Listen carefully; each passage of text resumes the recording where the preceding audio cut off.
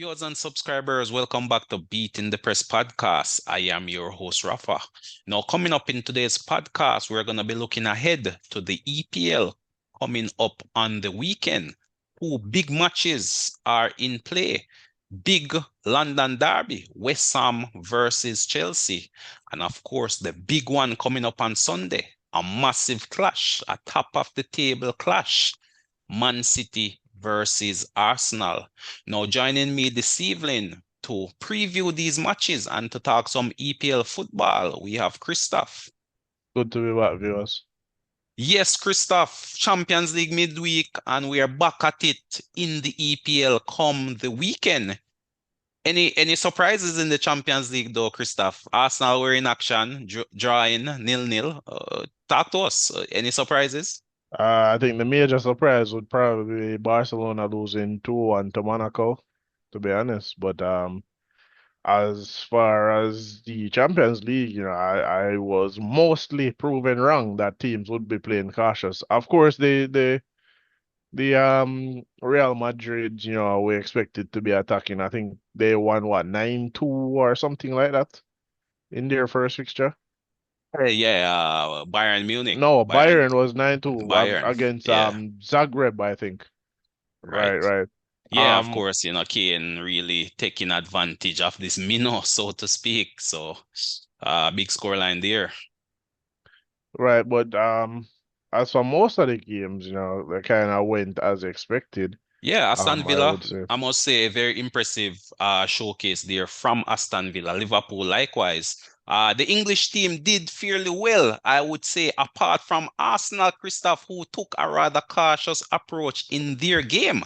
And to me, they seem to be the characteristic of Arteta whenever he comes up against big teams or teams which are near or slightly above Arsenal level. The approach is cautious, and they came away with a draw. Could be seen as a positive result, 0-0, on your first trip over there. Atalanta, first meeting with Atalanta in the Champions League.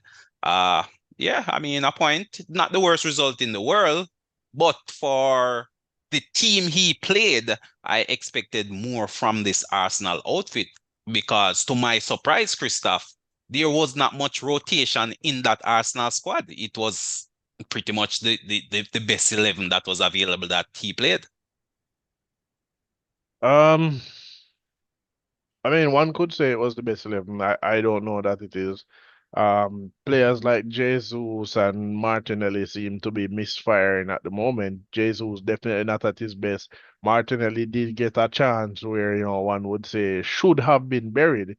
Could have easily have been, maybe a 1-0 win or something. But Well, there I are would say Arsenal escaped by the skin of their teeth because remember, Atalanta got a penalty in that game.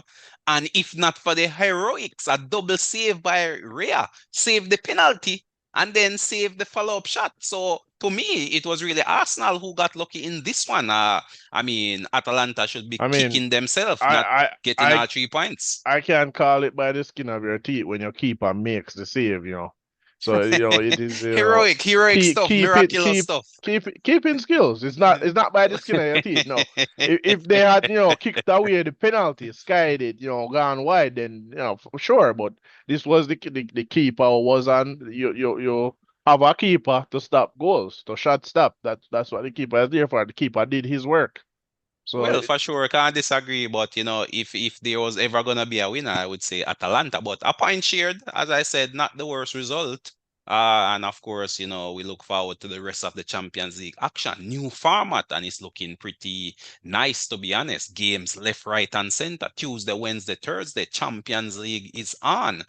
So as football fans, we are constantly entertained. So I'm all smiles for that, in all honesty. But rounding up to the weekend, Christoph, let's take a look at our first big game on the agenda. West Ham plays host to Chelsea. What are you expecting from this one, Christoph? This is a big London derby, two London teams going head to head.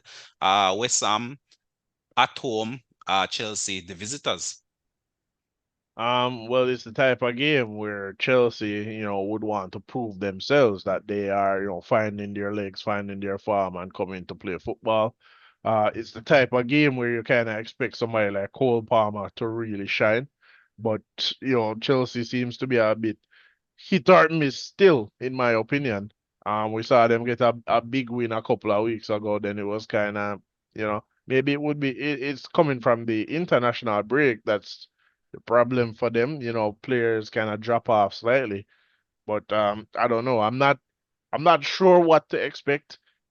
Your mind kind of tells you that Chelsea should be winning, but again, it's a derby game, so you could be expecting. You might anything can happen. I'm Yeah, expecting a lot from Mohamed Kudus. it's the Chelsea name that is deceiving us, Christoph. I would say we have over the years associated Chelsea with high level football, but I would say in the last 3 years that have significantly changed, and Chelsea is pretty much right now a mid-table club. Yeah, I Hence would the I would reason. agree with you that that's what it is. It's probably just the Chelsea name at the It's moment. just a Chelsea name and the sort of historical association we had with that name, but we have to realign our thoughts and realize that this Chelsea team over the last 2, 3 years is a mid-table club. I mean, they haven't been to the Champions League in quite a while. And of course, the type of football they're playing is also mid-table like. They're right now, West Ham is one of their big rivals in that mid-table of clubs. Teams like Wolves, West Ham, uh, those sort of teams, Newcastle's who are trying to get into that European spot. The Brighton comes to mind as well as one of those teams which Chelsea should be in and around. And this is a big statement game, in all honesty. If they are to elevate themselves to possibly a European position, then this is a game they must approach and must approach to win. But of course, we've seen where West Ham is no pushover. This one is taking place on their home turf. Of course, West Ham have a new coach who is also looking to make his mark. They haven't been off to the best of starts, but quality is in their squad. Money was spent and quality is there. The likes of Kudos, Bowen, Paqueta, you know, Killman, who is a rock in their defense. So quality players are there and they could get a result versus, as you said, this very unpredictable Chelsea team who is blowing hot and cold week in, week out, or hit and miss. So this game I'm expecting to be very tight, Christoph, very tight indeed. And it's hard for me to even sit here and call a winner because this one could go either way, to be honest. In fact, I would say slight advantage to West Ham in that they're at home. What says you though? Who would you give the advantage in this one? And what's your thoughts as it relates to possible a winner? I feel like this is potentially a drawn game, to be honest. I think maybe 2-2 draw, I think. 2-2 draw is not a bad call. It's a call which is not a bad one, I would say. But my mind, to be honest, Christoph, is leading me towards a West Ham win. I think West Ham will rise to the occasion. I think the atmosphere in the stadium is going to be one which is very energetic, one which is at a very charged atmosphere. And as we know, form goes through the window when it comes to these derby matches. And as you reminded us last weekend, 70% of games are won by home teams. So, when it comes down to the laugh averages, I have to lean towards a West Ham win. I think Chelsea might get on the score sheet. Once Cole Palmer is in that team and ticking, then he is always a danger. But I'm sure Lopetegui, the West Ham coach, will have to make some special arrangement to lock down Cole Palmer, as I had anticipated, Christoph. Uh, in our earlier discussion as it relates to Cole Palmer, that last season he was an unknown entity. Clubs were not necessarily paying him keen attention, but I'm sure the attention this season is going to be keener from teams. They know he is one of the danger mans in that Chelsea team. And if you can lock down a Cole Palmer, then you pretty much nullify the majority of that Chelsea attack. And I think West Ham will come with a plan to nullify Cole Palmer. And if you do that, then half your battle is won. So for me, I'm going to go with a 2-1 win in favor of West Ham. I think they have enough quality in that squad to get the job done. It wouldn't surprise me if the likes of a Bowen or a Kudos is on the score sheet and they defend for their lives. But it is what it is. The ball is run and any card can play at the end of the day. But I'm leaning towards a West Ham win. But the next big match, Christoph, this one is a massive clash. This one is a possible title decider so early in the season. Man City versus Arsenal. Arsenal is your team, Christoph. So give us your take on that game. What can we expect? I don't know if it's a title decider this early in the season, but it will probably help to set the tone for potentially the rest of the season, who is going to be playing, catch up for most of the season. Last 2 seasons, we saw Man City play catch up only to get it right at the death in Mm, both seasons. But for me personally, Arsenal are missing, I would say today, definitely in dire need of Odegaard, who seems to be out for some time. long That term. creative spark seems to be lacking in the midfield, to be honest. I mean, your season can't be derailed, Christoph, with one player being out after 4 games. I This is ideally, madness. I This is ideally, madness. ideally, your season shouldn't be derailed because one player is out. But it's something that has been the case with Arsenal for a very long time, even way back in the Arsene Wenger days. Thierry Henry goes out injured. The season kind of collapses. Fabregas injured, season collapses, and so on and so forth. So Usually, it's the talismans coming up. I recall a Van Persie as well Van going down Persie injured, and that's the season, season. Walcott. Ozil. I remember Walcott having a very good season. Can't say that I remember the year, So, but so at went this out point in the injured. season, then, Christoph, are you saying that Arsenal is out because No, Odegaard is injured? no, I'm not saying Arsenal is out. I'm saying they do need to rework how they're going to be playing these games because at the moment that creativity, that spark is currently missing in the midfield for me. But who are the Odegaard, options that could come in and fill that void? Who are the player personnel that is available to provide that creative spark in that uh, so-called number 10 role, so to speak? at the Who moment, is I'm there? not I'm not quite sure who is going to be playing that role. Well, I mean, the team has a number of attacking talent. I mean, the likes of Kai All Havertz, right, but Martinelli, at Trossard, attack Jesus, attacking talent and Saka. playing as a number 10 is then it's very different. Being just an attacker and being a number 10 is not the same thing. Well, I mean, I'm not sure if Odegaard was really operating as an out and out 10 He per wasn't se. He operating as was an more out like a and out box to 10. box midfielder. I mean, well, in my opinion, he was operating more in a hybrid role as both a 8 and a 10. So, he But I mean, the operates. likes of a Kai Havertz, I mean, you've praised Kai Havertz for his intelligence, his movement, his aerial prowess. I mean, and his vision. I mean, he could possibly fill that void.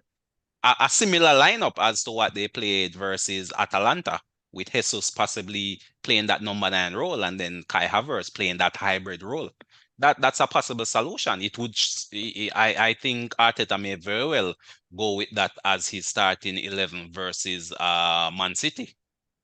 I don't know that he'll go with that as a starting 11. I think he may drop Jesus and push Kai Havertz back up and then put Jorginho into the midfield. I So think the midfield three would be who? Jorginho, Partey, and who would be the third?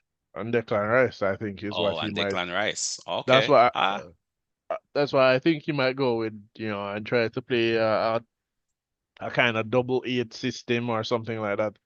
so I, is I, I that mean, team good enough to beat Man City though? Is the question. Can that team take 3 points off Man City? I think anything can happen on the day, but with Arteta and Pep, I'm expecting both of them to come with plans to try and counter each other. So it's Right? it, it's hard to say right now. I give edge Man City. They're playing at home. They're playing at Well, home. I Haaland mean, in the is Champions League, De Bruyne did go down injured as well. So it's almost as if Odegaard and De Bruyne cancel each other out with both now being injured. I'm not sure the severity of De Bruyne's injury, but we know for sure Odegaard is definitely unavailable. I'm not sure if De Bruyne will recover enough to feature, but he did go down and was substituted at halftime with an injury. Well, for me, the thing is, it's not with Man City. It's not just De Bruyne. I mean, I think for me, aside from De Bruyne is Man City's most dangerous player, in my opinion. But Yeah, I think more dangerous than Haaland? more dangerous than Haaland. Oh, no, man. I beg to differ. You can't be scoring to back, or nearly to back hat tricks. Right? But That's what, in eight in goals in 3 games? in the 2 seasons Haaland has played in the Premier League, he has struggled to score against Arsenal, Oh, no, in I my wouldn't say opinion. struggle. He won the No, Golden Boot last season as Well, well, and the well, season before. hey, I'm not saying he struggled to score in the Premier League. I'm saying he struggled to score against Arsenal. Oh, He against he Arsenal. generally struggles in the bigger Mm, games. Obviously, interesting. there's going to be less space, less chances for him, Right, right. versus playing against a Nottingham Forest or something like that. But we've also seen it in other big games. Last two Champions League seasons against Real Madrid, we have seen Erling Haaland struggle in those games. Again, we see him struggle against Arsenal. We see him struggle against Liverpool. We see him struggle against Chelsea to get those goals. So you're saying this is a trend then? This is the blueprint have been unlocked by Rudiger, and other teams are following that blueprint. Because, I mean, even in For the the Inter mo Milan game midweek, it was a nil-nil draw. for the most part, that is what most teams are going. We have seen based on I think it's the instructions that Pep has given him, that he has told him probably do not get involved in the build-up play. So as such, you can man mark Haaland out of a game, and he becomes ineffective. So I think Arsenal will go with that again. So in my opinion, Haaland is not the most dangerous player for them. For me, it's Kevin De Bruyne. Usually Arsenal Well, I struggle when mean, De Bruyne plays. chances are he might be out. So who then replaces a De Bruyne? Right. So Maybe a even Foden comes in, even or a with De Bruyne Bernardo. out, Phil Yeah. Foden is definitely a threat, and I think Bernardo Silva is a big threat as well for me. Right. So it's Phil Foden, and if we assume that De Bruyne is out, I think the biggest Right. threat is going to be Phil Foden and Bernardo Silva, in my opinion.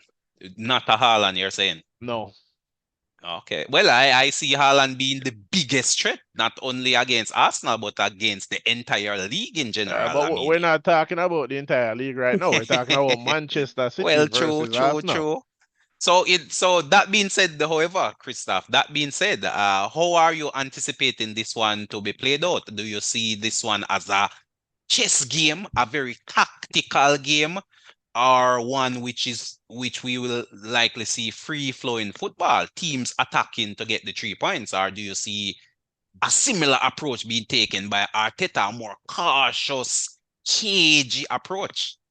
Um, uh, Personally, I think both managers will be trying to play a chess game. Over the last 2 seasons, we've seen them trying to outdo each other tactically, so to speak, and as such, it's been relatively boring to watch them over, maybe the last, 4 or 5 games they've played. It's So been this one should relatively be no boring. different then. Unless somebody gets an early goal, I'm not expecting it to be any different. An early Mm, goal will change the complexion of the game. One right, team will have to chase, and then that makes it more interesting. But if right. there are no early goals in this game, we can expect a boring match for the neutrals, so to speak. Definitely, definitely. And we do not want to see that. So I am anticipating that Haaland will get on the score sheet pretty early in this one. And so this game can open up a bit more and teams come out and actually play football. But I don't disagree with you. It has been a cagey affair between these two teams, almost like their tactics cancel each other out. Both teams try to high press.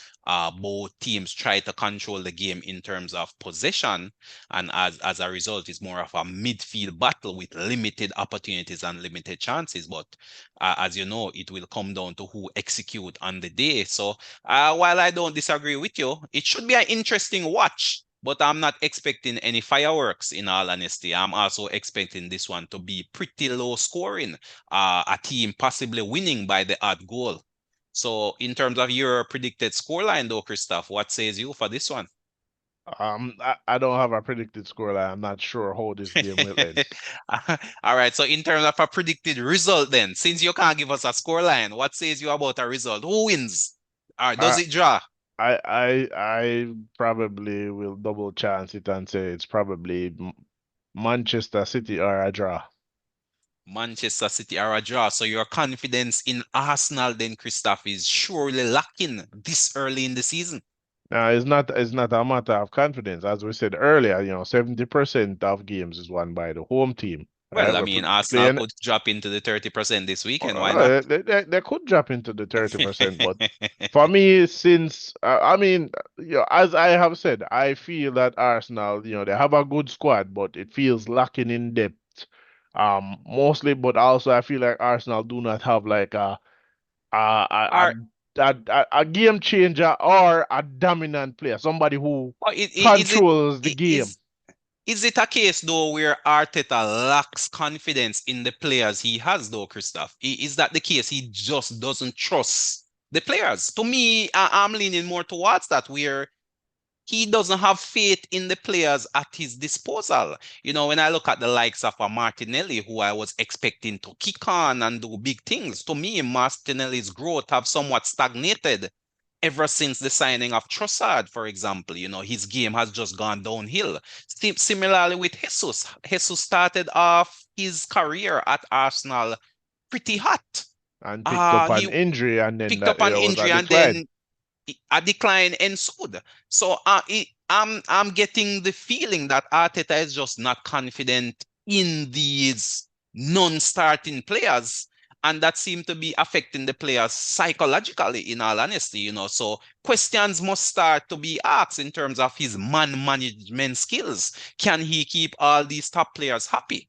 You know, or will we start seeing some crack in the Arsenal armory? I mean, of course, the signing of Sterling as well, Christoph. Sterling is another possibility who could play a role in this game against his former club, Man City. I'm sure he would be rearing to go if he was given a starting berth. Do you have any inkling of this happening? I don't know if Arteta would do it, but it's something that I would be interested in seeing in that game. I think Sterling should start that game. That pace and the counter attack will be very useful because that is kind of what I'm expecting Arsenal to do in honesty, because that's what they've been doing against Man City last couple of games. They've been soaking up pressure and then hitting on the counter attack, and I think Sterling would be excellent for that. Well, yeah, he could possibly come on as a sub as well and play a significant role later in the game against possibly tired legs, or depending on the scoreline, if Arsenal is at that point chasing the game, so to speak. So he could possibly make a big difference off the bench, but he's definitely another name to consider. But as I said, I just get the feeling that Arteta is not very confident in his alternative players. Once he get his first 11 locked and loaded, they seem to play the majority of the season, even when players look tired. You look at the likes of a Saka in today's Champions League game. Saka looked like a tired man out there. And Arteta was very reluctant to sub him off. And again, I'm sure he'll be asked to go again versus Man City and bring his A game. And, so early in the season, players are already looking jaded. It's definitely cause for concern. And again, so early in the season, one player goes down, and it's almost as if the team is already Mhm. in tatters as it relates to covering for that one player. So, But definitely this some is cause for concern. this is something that I said at the beginning of the season, that Arsenal squad looks decent, but there are no options for key players in case these players go out injured or missing or something. So that's why I said, Saka has no backup. There's no backup to Odegaard. And there are a number of other roles. I mean, the signing of Sterling has come in. Trossard, I think, is a very good player, but so far over the last 2 seasons, he seems to be more effective from the bench versus as a starter for the most part. Definitely some solutions there that are needed by Arteta. But for me, for this game, Christoph, to be honest, I'm leaning towards a draw. I think both teams will just cancel each other out so early in the season. It's hard to see that. I think personally, if I was Arsenal, I would go out attacking.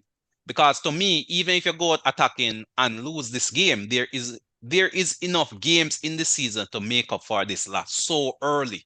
If this game was probably later in the season, then the approach may have been different, or the approach I would consider may have been different. But knowing Arteta and knowing Pep, I think both teams will cancel each other out, and I'm expecting possibly a nil-nil draw, if not 1-1. So that's my call for this one. I think it will be a very cagey affair. Very good for the tacticians, very good for fans who look at tactics, formations, and player movements and stuff like that. But I think chances will be limited. It won't be an end-to-end game. And I just think both coaches will try to outcoach each other. And again, this is another one, master versus apprentice. And I think this one will also end in a draw, especially if the likes of a Kevin De Bruyne is out. That's less creativity in that Man City outfit. And, Rodri, this will probably be his second game since the start of the season. So players in the Man City team probably are not up to full speed, or they're not operating at their optimum. And similarly, you could say in the Arsenal squad, compensating for this injury to Odegaard and, finding that rhythm again. But I'm looking at this one as being a draw. But of course, several other games are taking place, Christoph. Let's do a quick fire look at some of these other games which should keep us entertained. Aston Villa versus Wolves. How are you seeing that one? I, I Aston think Villa at home versus Wolves. I think Aston Villa will win 2-1.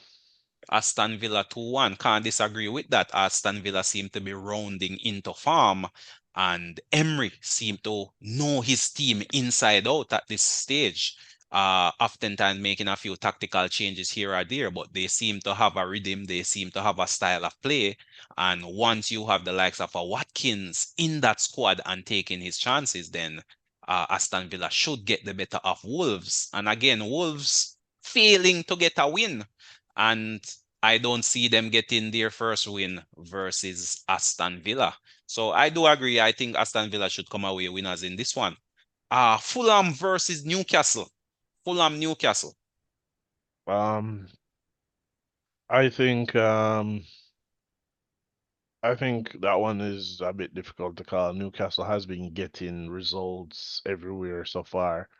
Fulham to me have a good team. They're shaping out well. Uh, I think I will go with Fulham to win. Sorry, not Fulham. Newcastle to win 1-0. Newcastle to win 1-0. I'm gonna go sit on the fence in this one. As you say, Newcastle have been really grinding out some results, coming back from some impossible positions, getting that first win again with 10 men versus Southampton, and then coming from behind in their last game. I think that was against Wolves to get that result as well. I think Fulham is a more well-drilled team, a more well-coached team, and playing at home, I think that should give them a slight advantage. And I think they will level up to Newcastle and get a draw in this one. Possibly a 1-1 draw, I would say. Leicester versus Everton. Leicester City versus Everton. I think Leicester will grind out the result against Everton. You just can't count out like players like a Jamie Vardy, in my opinion, and he's proven that so far. They did slip up last week, uh, kind of throwing away a 2-0 lead, but I think Leicester win this one. Definitely. Everton has been really failing to keep any sort of defensive unit going this season. However, they have been kicking in a few goals at the opposite end. I'm thinking this game should be one of a high scoring nature with the team winning with the odd goal. I'm gonna go with Everton win with the odd goal in 5. So I'm thinking Everton might take this one 3-2 in all honesty. I think this is going to be a shootout and, may the better team win in terms of who can take their chances. So I'm going to go 3-2 for Everton. Liverpool versus Bournemouth is the next game on the agenda. Liverpool versus Bournemouth. It's a game that Liverpool should be winning, and they'll want to bounce back after suffering that last weekend. But Bournemouth do have the potential to kind of keep them on their toes. I know with the loss of their main striker, um, might be a bit more difficult, but I think Liverpool will definitely want to respond to last week's result. They looked excellent against AC Milan, winning 3-1. So I think they'll continue um in that form into the weekend and pick up that win against Bournemouth. Last time out, I called it a routine Liverpool win, but it was not to be. I'm not gonna make that mistake twice, in all honesty, Christoph. But I do think Liverpool should have enough to get a win at home versus this Bournemouth team.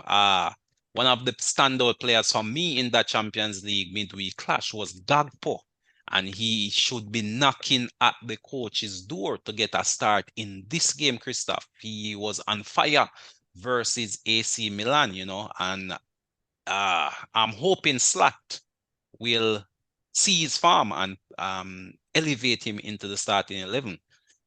But I'm going also with a Liverpool win, but I don't think it will be as routine as one would anticipate. Bournemouth do have a few players who can call Liverpool some trouble. Semenyo comes to mind, for example, and Ah, it's just the EPL these days, Christoph. Even when you think it's a routine win, it's never easy. But I think if Liverpool have any sort of aspirations for a top four finish or even a potential title challenge, this is a game they must win. They can't afford to go losing two games in a row. So for me, I'm gonna back Liverpool with a win. Possibly I'm seeing this one, possibly a 2-1 win for Liverpool. Southampton, Ipswich, the clash of the promoted teams, Christoph. Southampton at home versus Ipswich. I think I will go with a 1-1 draw for that one. 1-1 draw. I'm not going to disagree with that scoreline nor that result. I think this one will end in a draw, as you say, 1-1. But for me, I'm going to call this 0-0. I think both teams will cancel each other out, approach this one very cagey, and come on, each team will share the spoils. Each team coming away with 1 point. Tottenham versus Brentford. Tottenham versus Brentford. Um, I think Tottenham will want to bounce back with a win after losing to Arsenal in such a toothless display. Um, I think they'll try to do better this weekend. So at the moment, I think Tottenham have more quality than Brentford, and they should be winning this one easily.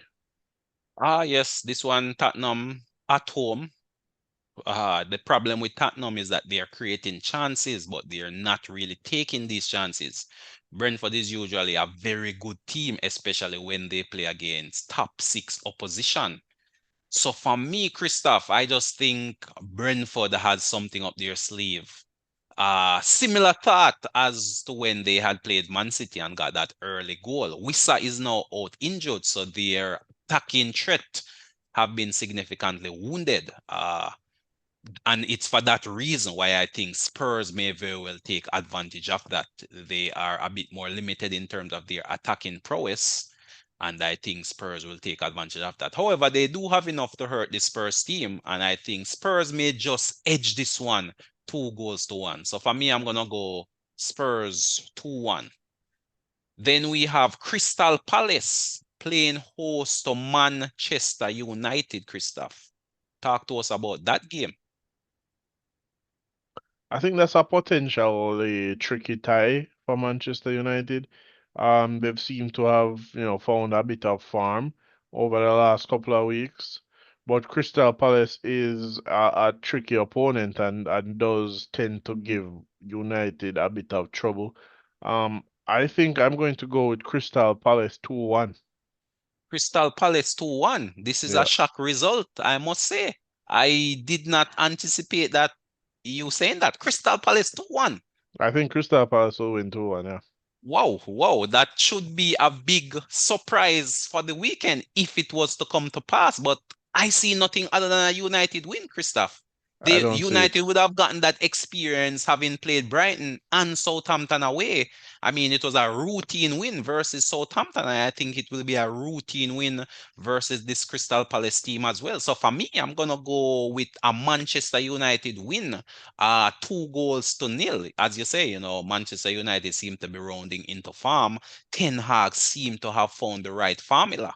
So I'm gonna back United for a 2-0 win in this one. And then the final game we have is Brighton versus Forest. Brighton versus Forest. How do you see that game? Brighton, 3-0 win. Brighton 3-0 win. Wow. Wow. Forest to me have impressed me defensively thus far this season. Of course, Brighton is off to a fantastic start. And while Brighton do have the firepower, do recall that it was Forest that took care of business versus Liverpool, Christoph, away from home at that as well. And I think they would have gotten a good practice versus Liverpool to face this Brighton team. I think Nuno may employ a similar tactic because Brighton and Liverpool do have some similarities in that both teams tend to try to build from the back. This one is a tough one, but I think Brighton should have enough to get this victory. I don't think it will be as high scoring as 3-0, but I'm gonna go with a closely fought 2-1 win for Brighton in this one. So 2-1 to Brighton. But any quick final thoughts though, Christoph, before we wrap up? Um, Looking forward to the Premier League weekend. You need to keep a keen eye on the refereeing because it's been very poor all season, and hopefully the refereeing doesn't affect the results of the matches on this weekend. Well, there you have it, viewers and subscribers, the thoughts of Christoph. Thank you again for tuning into us here on Beating the Press podcast. Of course, continue to share, like, subscribe, help us to reach that 500 subscriber mark by sharing. That's our aim before the end of the year. But until next time, this is Rafa signing off.